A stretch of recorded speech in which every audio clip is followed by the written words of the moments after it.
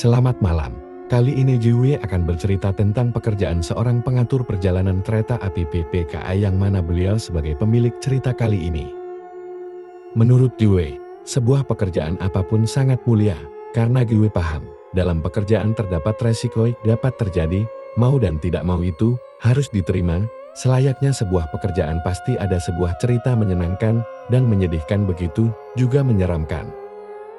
Sebut saja Gue Iman. Orang-orang terdekat Gue di pekerjaan kadang memanggil Gue dengan awalan Par, tapi Gue selalu bilang sama mereka, memanggil nama akan membuat kita lebih dekat. Gue udah menginjak tahun ke-7 bekerja sebagai pengatur perjalanan kereta api PPKA, sudah berpindah 2 kali stasiun. Banyak pengalaman aneh pernah Gue alamin, tapi Gue yakin itu hanya bagian dari seninya bekerja. Di stasiun kali ini, tidak terlalu padat pekerjaan Gue, dalam artian normal sebagaimana mestinya.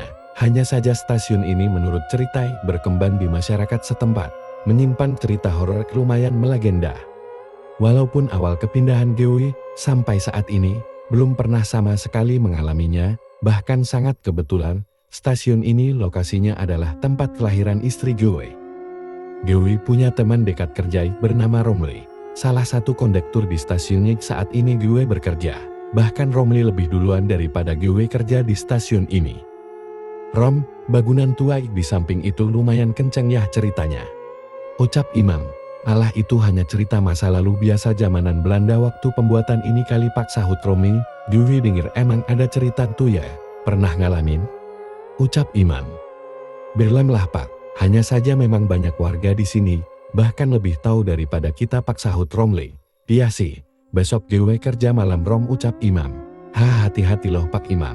Biasanya semakin penasaran suka datang, sahut Romli bercanda. Beberapa hari lalu memang mertua Gue cerita, karena memang awalnya Gue bertanya soal bangunan tua dulunya dijadikan gudang itu, mertua Gue tidak menceritakan hal aneh-anehnya, malah hanya berpesan kalau emang harus hati-hati. Tapi memang melihat stasiun ini, tidak begitu mempunyai suasana menyeramkan apapun. Hanya saja bila malam hari tiba, biasa digunakan anak-anak muda untuk nongkrong di rel kereta, sudah tidak aktif lagi. Bahkan Gue sering melihat mereka mabuk-mabukan di rel itu, yang menghadap ke bagian gudang tua Belanda. Tapi bagaimana bisa mereka berani melakukan hal bodoh itu, dengan cerita masyarakat di sini tentang si cantik Belanda? Atau karena mereka telah mengetahuinya jadi tidak merasa takut? Datai Gue tahu tentang terjadi kecelakaan di sekitaran stasiun, merupakan hal membuat Gue menggelengkan kepala.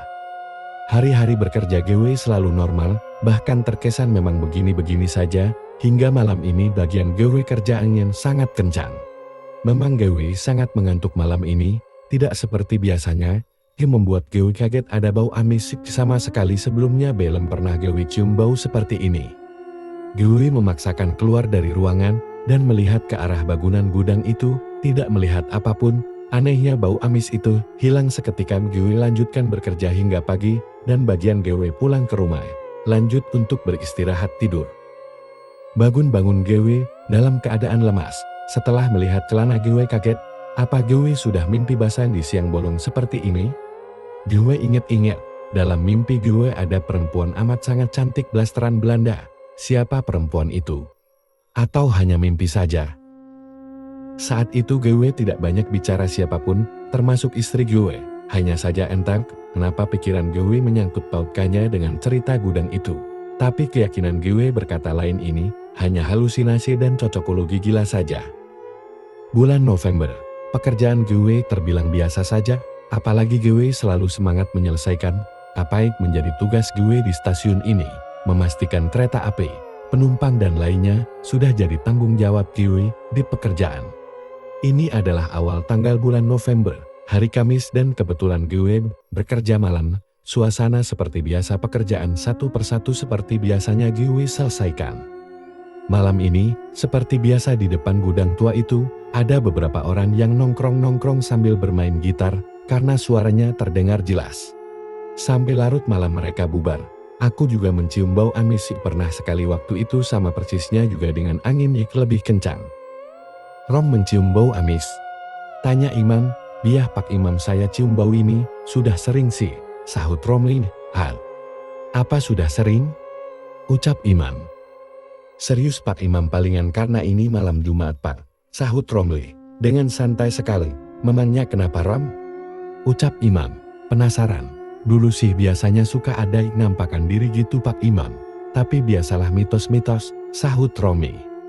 Gue sebenarnya kaget sekali. Karena baru 2 kali sementara Romli dengan sangat santai menganggap hal ini biasa sekali. Akhirnya, setelah bau itu hilang, gue sengaja jalan keluar ruangan untuk hanya sekedar melihat sekitar saja.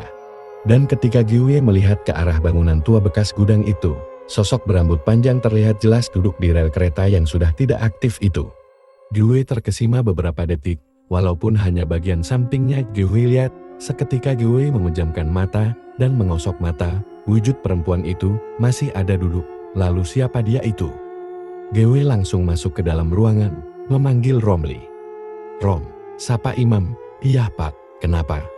Sahut Romli. Coba lihat ke sana, ucap Imam. Sambil menunjukkan ke arah perempuan itu. Gue lihat, kenapa Pak di arah itu, gak ada apa-apa kan? Sahut Romli. Benar kata Romli. Tidak ada apa-apa, dan sekali lagi aku lihat benar tidak ada apa-apa. Itu membuat gue kaget untuk kedua kalinya malam ini. Tapi gue tidak bisa mengabaikan apa barusan gue lihat dan mengiyakan cerita yang berkembang di masyarakat itu. Jumat pagi awal bulan November, kebetulan mertua gue baru saja pulang dari pekerjaannya. Dan karena gue memang dekat sekali dengan mertua lelaki, jadi sudah tidak canggung untuk mengobrolkan apapun dengan dia. Sembari menyantap pisang buatan istri, dia gue tinggal bersampingan di sini dengan rumah mertua. Jadi sangat dekat, itu juga yang membuat gue bersyukur bisa kerja dan ditempatkan di stasiun ini. Ber, Imam kemarin malam ngalamin kejadian aneh di tempat kerja, ucap Imam. Babeh adalah panggilan gue pada mertua. Kenapa emang Mam? Sahut Babeh, enggak Ber, itu gudang tua dekat rel, udah gak aktif itu, ucap Imam. Oh itu? Ya itu bangunan tua dulunya gudang, sekaligus tempat istirahat pegawai, bikin jalur kereta itu. Wah, itu lama begitu. Emang Babeh aja tahu cerita itu dari Bapak? Sahut Babeh. Zamanan Belanda ya bah dulu itu, tanya Imam. Iya tapi udah lama juga nggak keurus, lihat ajakan sekarang tuh. Kenapa emangnya Mam? Tanya Babeh. Enggak beh, Imam lihat sosok perempuan malam tadi tuh. Aneh sih tengah malam tuh.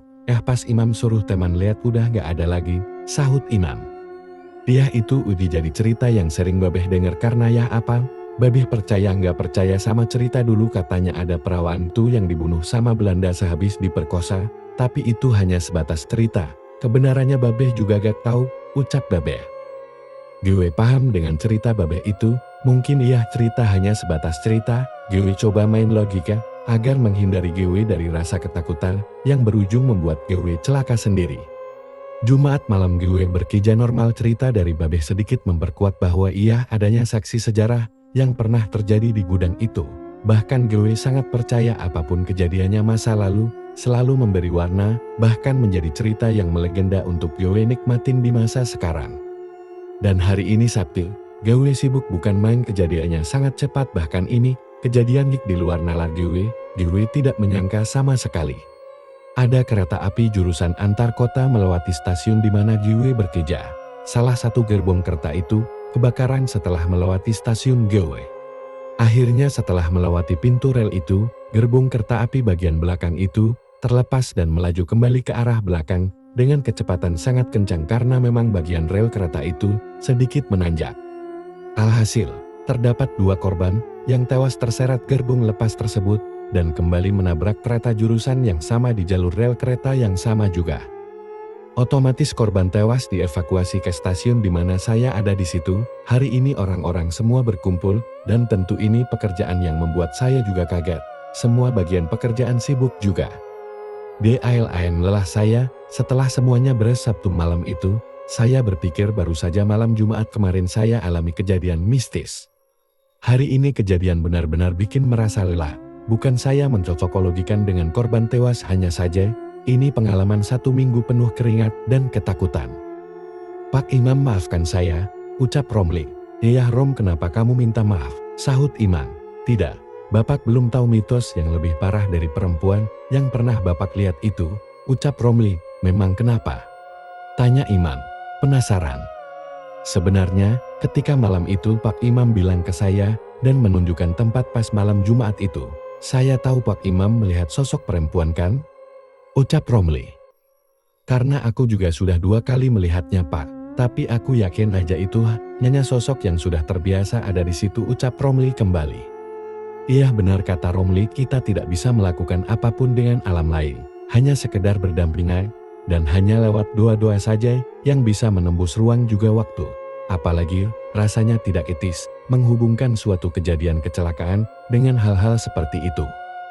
Setelah kejadian-kejadian yang saya alami, saya jadi lebih terbiasa beradaptasi dengan cerita-cerita mistis yang berkembang, karena pada dasarnya itu turun-temurun menjadi sebuah cerita. Gudang tersebut dan sosok perempuan masih tetap dengan ceritanya dan GW masih tetap dengan pekerjaan yang saya lakukan. Dan sampai terakhir saat ini, kecelakaan yang memakan korban tewas masih ada saja di stasiun tempat saya bekerja ini. Bulan Maret tahun 2019 terakhir anak-anak dini hari menuju subuh tewas tertabrak kereta api. Dasarnya saya selalu ingin berpesan kehati-hatian harus yang utama. Bahkan kita tidak bisa menyalahkan siapapun dalam sebuah kecelakaan, selalu ada kelalaian dan korban. Sorry jika ceritanya singkat, saya tidak menuliskan detail apalagi di bagian pekerjaan, karena tidak adanya izin dari pemilik cerita.